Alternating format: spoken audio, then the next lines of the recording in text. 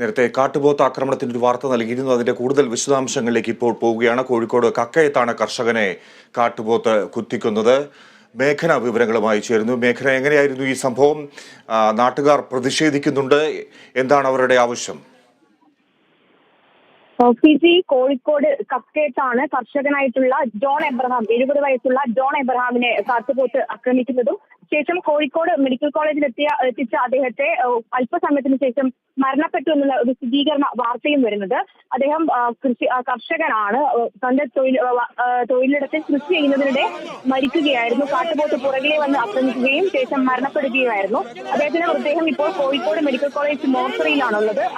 അതിനു മുന്നിൽ തന്നെ അദ്ദേഹത്തിന്റെ മൃതദേഹം മോർച്ചറിയിലേക്ക് മാറ്റുന്നതിന് മുന്നിൽ തന്നെ ഇവിടെ കോഴിക്കോട് മെഡിക്കൽ കോളേജ് ആശുപത്രിയിൽ വലിയ തരത്തിലുള്ള പ്രതിഷേധമാണ് കാണാനിടയായത്. അതായത് നാട്ടുകാരുടെയും DCC പ്രസിഡന്റ് കെ പ്രവീൺകുമാറിന്റെ അടക്കം നേതൃത്വത്തിൽ വലിയ പ്രതിഷേധമാണ് ഇവിടെ കോഴിക്കോട് മെഡിക്കൽ കോളേജിൽ കാണാനിടയായത്. ഇതിൽ പ്രധാനപ്പെട്ട ആവശ്യം എന്ന് പറയുന്നത് ജില്ലാ കളക്ടർ സ്ഥലത്തെത്തണം എന്നുള്ളതാണ്.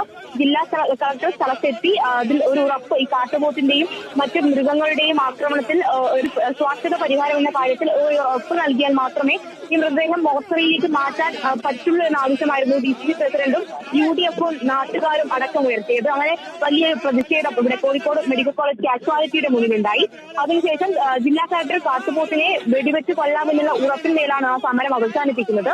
ഇപ്പോൾ എബ്രഹാമിന്റെ മൃതദേഹം കോഴിക്കോട് മെഡിക്കൽ കോളേജ് മോർച്ചറിയിലാണ്. ഇവിടെ കക്കയം എന്ന് പറയുന്ന പ്രദേശം സ്ഥിരമായി കാട്ടുപോത്തും ആനയും അടക്കം ഇറങ്ങുന്ന ഒരു പ്രദേശമാണ്.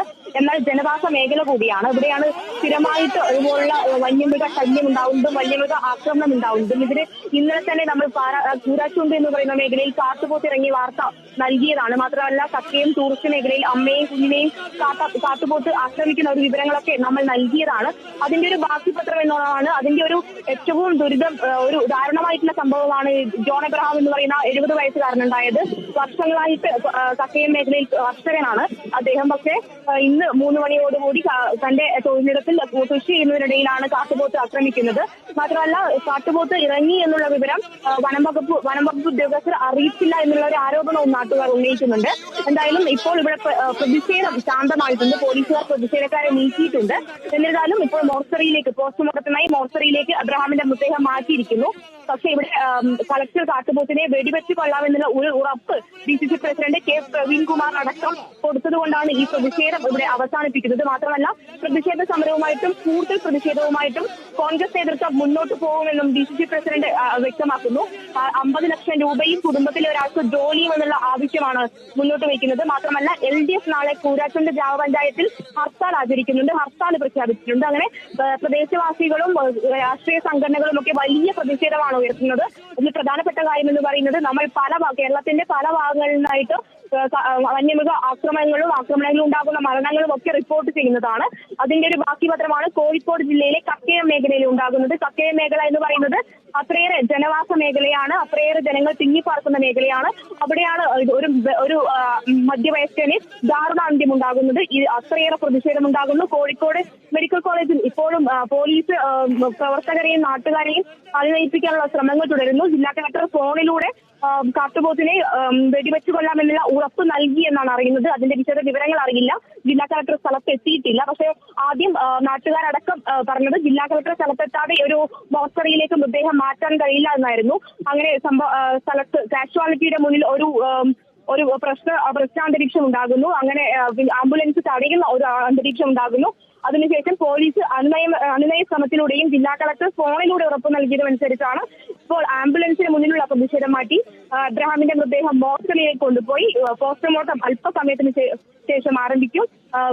ഇതുമായി ബന്ധപ്പെട്ട് വലിയ പ്രതിഷേധമാണ് വരുന്നത്. ജനവാസ മേഖല അത്രയേറെ ജനങ്ങൾ തിങ്ങിപ്പാർക്കുന്ന മേഖലയിലാണ് ഒരു കാട്ടുപോത്തിന്റെ ആക്രമണത്തിൽ ഒരു വയോധികന് മരണമടയേണ്ട ഒരു അവസ്ഥയുണ്ടാകുന്നത്.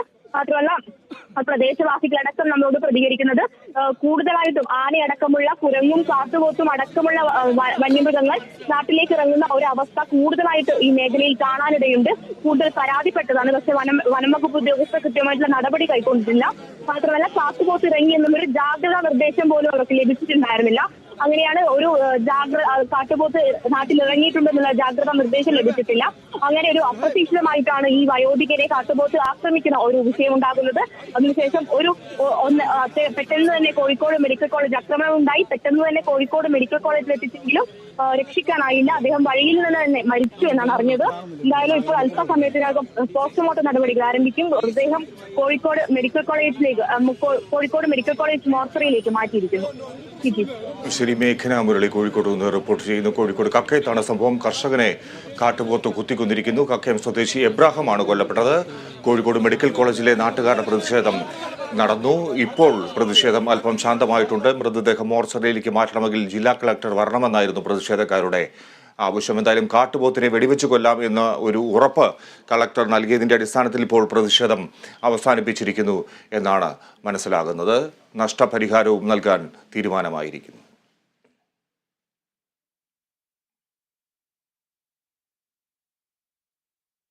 മറ്റു റിപ്പോർട്ടുകൾ നോക്കാം. മസാല ബോണ്ട് കേസിൽ മുൻമന്ത്രി തോമസ് ഐസക്കിന് വീണ്ടും ഇ.ഡി. നോട്ടീസ്. മുഴുവൻ രേഖകളുമായി ചോദ്യം ചെയ്യലിന് ഹാജരാകണമെന്നാണ് നിർദ്ദേശം. ഈ മാസം 12-ന് കൊച്ചി ഇ.ഡി. ഓഫീസിൽ ഹാജരാകണം.